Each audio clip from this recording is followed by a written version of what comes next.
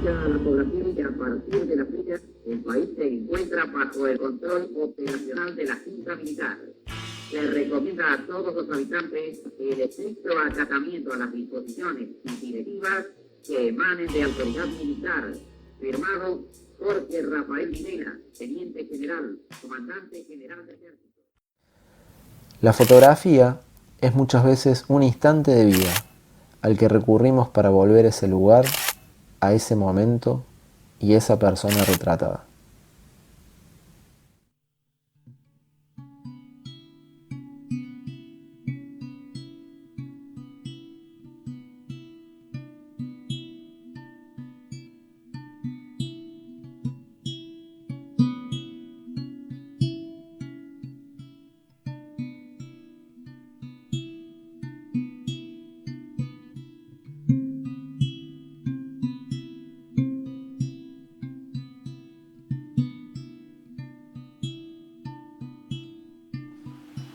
Así abierto. Bueno, Sí.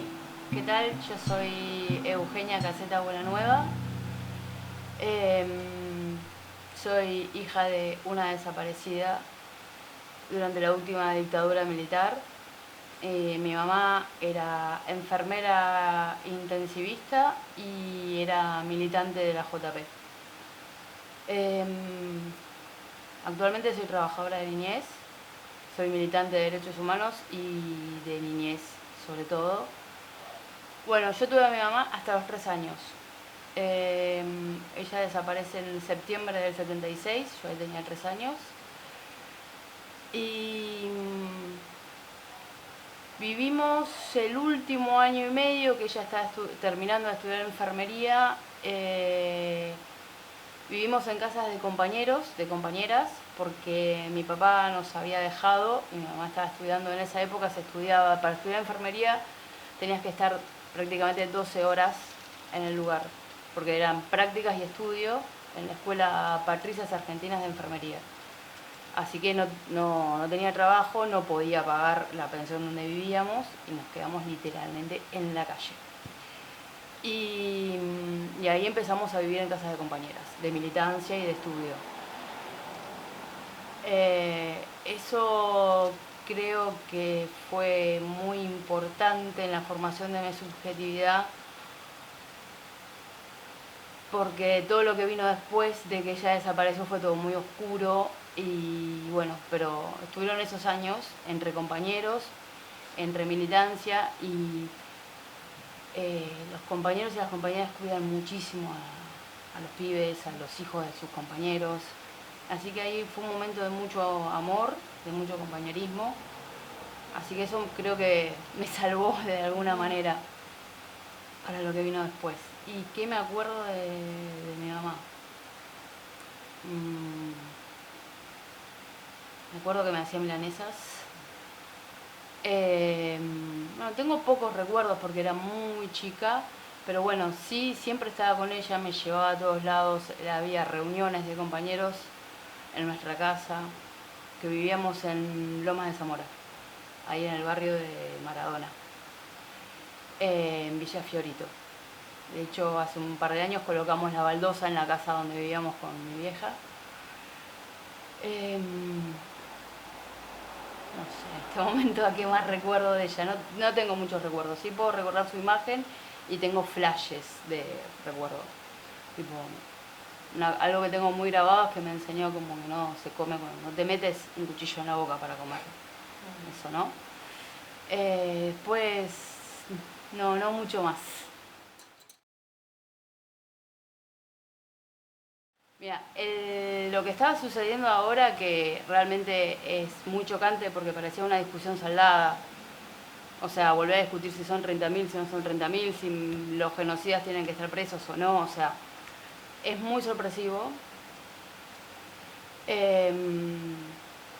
Yo creo que ahí tenemos que darnos un debate muy profundo de cómo formamos a las nuevas generaciones, cómo formamos a los pibes, cómo formamos a las personas en todos los ámbitos, en qué nos equivocamos, porque Está bien, entiendo que es un fenómeno social repetitivo, que no sucede solamente acá, que cuando las sociedades están descontentas se inclinan hacia el fascismo. No, yo no alcanzo a explicar, que realmente quiero saber cómo funciona eso, pero bueno, sucede. Pero tenemos que preguntarnos nosotros, porque tenemos todo un laburo de memoria, un laburo colectivo de la historia de nuestro país, que no existe en otro país del mundo, prácticamente. Solamente es comparable con Alemania, y ni siquiera, para mí el nuestro es mucho más profundo, es mucho más proyectivo, porque nosotros logramos articular la memoria, o sea, el pasado, lo que ocurrió con la violación de derechos humanos en la dictadura, lo articulamos con la promoción de derechos humanos del presente. Y desde ahí hicimos toda una política de memoria realmente fabulosa. Ahora, ¿qué pasó? Bueno, vamos a tener que preguntarnos porque en algo nos equivocamos. Creo que son varias cosas. Una que yo alcanzo a ver y que pude por ahí conversar con algún otro compañero, es que a veces contar desde lo individual mi tragedia no siempre logra captar la atención del otro, cuando ya dejamos de escuchar a la otra persona, porque para mí si los pibes votaron a un fascista es porque hace rato que los dejamos de escuchar. Hace rato que la política se desconectó de estos pibes y dejó de escucharlos.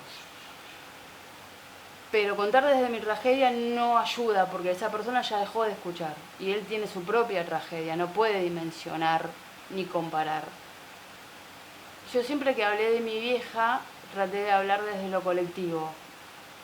Entonces hablo muy poco de detalles personales de ella, que está bueno hacerlo, pero siempre traté de transmitir de que a mí me robaron la vida, porque me robaron la vida completa, me robaron mi vieja, mi casa, mi nombre, todo, pero a todo el país le robaron. Y el ejemplo para mí es mi vieja, pero es por lo que ella laburaba. Ella tenía un sueldo de enfermera, alquilaba, me mantenía sola a mí y encima se estaba pagando en el banco hipotecario una vivienda propia, para en un futuro tener una casa propia. Y esa era la realidad del laburante argentino hasta el año 76. Tenía la posibilidad del ascenso social, de vivir con dignidad, con un laburo, con su laburo. Y los argentinos hace muchos años que dejaron de tener esa dignidad en lo laboral. Entonces nos robaron eso. Y eso se lo robaron a todo el país. Así que siempre trato de transmitir eso. A mí me ocurrió una tragedia para todo el país también. Y esa tragedia se sigue viviendo hasta el día de hoy, la económica.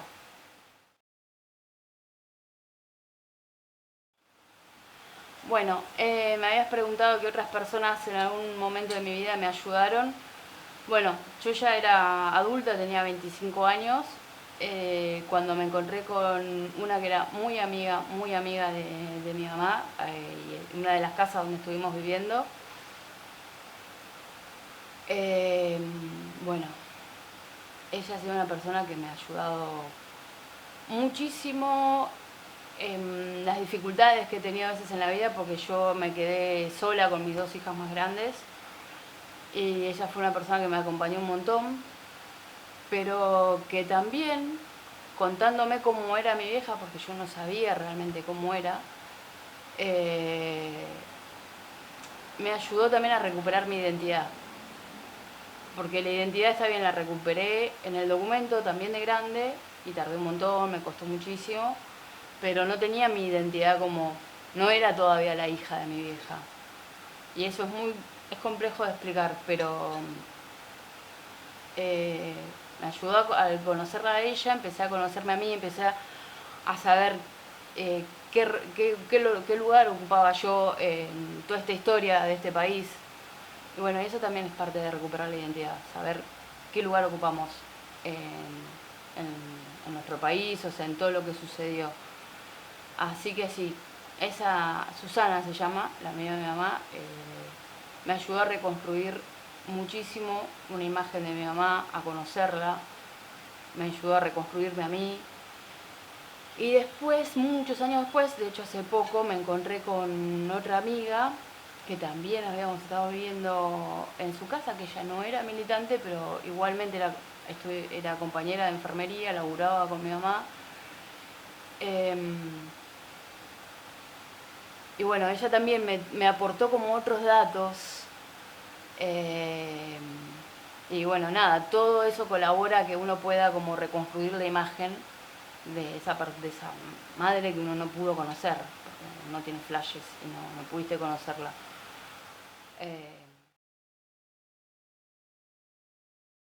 Mira, cuando una persona realmente viene y te dice, no, bueno, no sé si fueron 30.000, realmente es durísimo, es choqueante, porque aparte lo primero que se me viene a la mente es, discúlpame, o sea, si fuesen 8.000 los secuestrados, desaparecidos y torturados y asesinados, es menos genocidio, es menos tragedia. ¿Necesitas que sean 30.000, que sean 35.000? Eso por un lado, abriría con esa pregunta. Y después, la verdad que a esa persona la dejaría con esa pregunta. Yo no podría seguir conversando, pero le dejaría esa pregunta. Y después vuelvo a la formación que tenemos como pueblo, como académicamente en las escuelas. Porque en las escuelas hay un mes de la memoria, pero yo hace muchos años que vengo diciendo, ¿cómo puede ser que no se estudie el Plan Cóndor? El Plan Cóndor fue un plan económico. ¿Cómo puede ser que cuando tengas una clase de economía no te expliquen este plan económico? Fue un plan económico que se necesitó realizar un genocidio para implementar un plan económico. ¿Cómo puede ser que la gente, que los pibes no sepan eso? ¿Cómo puede ser que esto no sea? Te hablan de un montón de planes económicos. Hay como apellidos de economistas que son como voz populi, que cualquiera puede tenerlo en su cabeza de tanto que se lo han repetido. Y preguntarle a cualquiera qué es el Plan Cóndor, preguntarle a cualquiera cuál fue el Plan Cóndor, el plan económico de la dictadura, y no lo tiene presente. Si no es de nuestro círculo, como decíamos recién. Eso, o sea, a la larga nos va a perjudicar. Es un conocimiento que deberíamos tenerlo todos. Bueno, más información, más formación, porque por ejemplo, hay información, pero aparte que esta información no está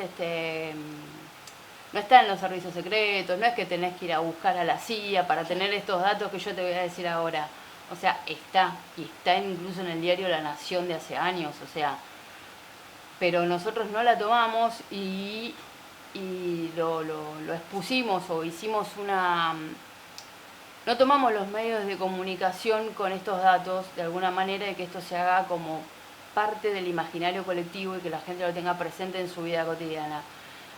Un genocida, que no recuerdo el nombre, pero que uno de los dirigentes genocidas de esa época declaró que en realidad no sabía cuántos eran exactamente, pero él ya calculaba que en el año 78 ya había alrededor de 22.000 desaparecidos. El mismo genocida reconoce ese número en el año 78. Entonces, digo, ¿qué tan lejos estás de llegar a 30.000? O sea, esa información, ¿por qué no está? ¿Por qué tengo que salir yo a buscarla y empezar a decirle a la gente, no, mira, tenés este dato?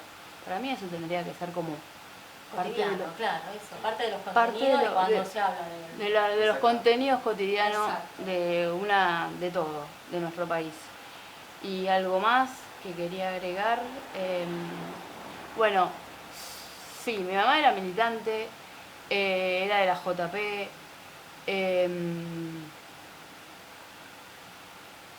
estuvo alguna vez en Montoneros y me encanta que haya estado en Montoneros porque era lo que ese contexto político y social de esa época les marcaba a los jóvenes. Tal vez yo hoy a mi edad no elegiría Montoneros, realmente yo no elegiría, pero a mi edad, ahora, con un caudal de conocimiento, de experiencia política y de vida, vos decís, no, me parece que no es una buena idea. Pero cuando tenés 20 años y el contexto político de Latinoamérica te marca que esa es la salida, porque los sistemas democráticos, los sistemas institucionales te fallan y hay hambre y hay necesidades y lo que se viene, o sea, ellos tenían la información de lo que el plan económico que se venía para el país, bueno, les pareció, eso en ese momento les pareció una buena idea. Así que me encanta que haya estado en Montoneros.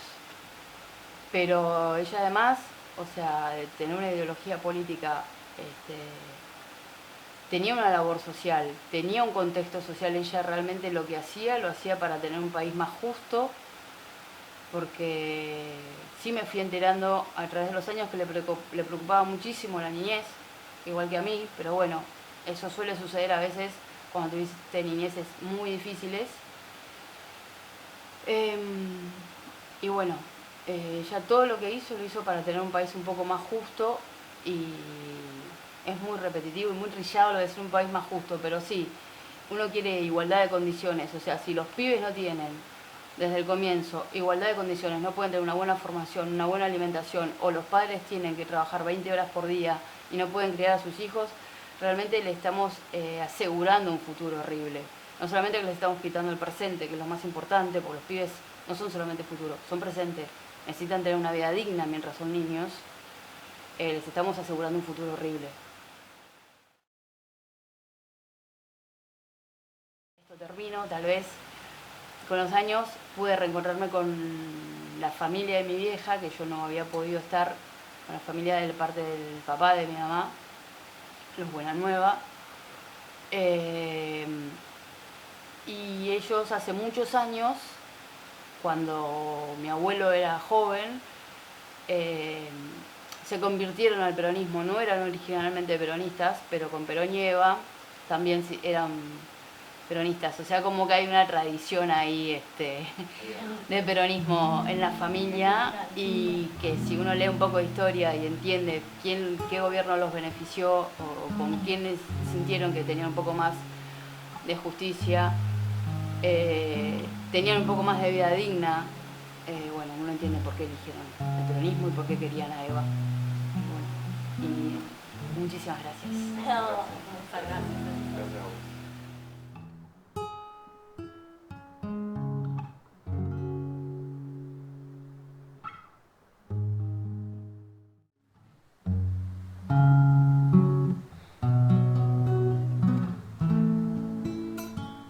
Tu nombre, tu imagen, tu rostro, tu fotografía me envuelven para ser mirada, reconocida. La necesidad de poder hacerte presente, porque esa presencia se enlaza en mi vida. Esa marca que se vuelve palabra, que intenta cicatrizar para la memoria, no solo mía, sino de un pueblo que como yo reclama no olvidarte.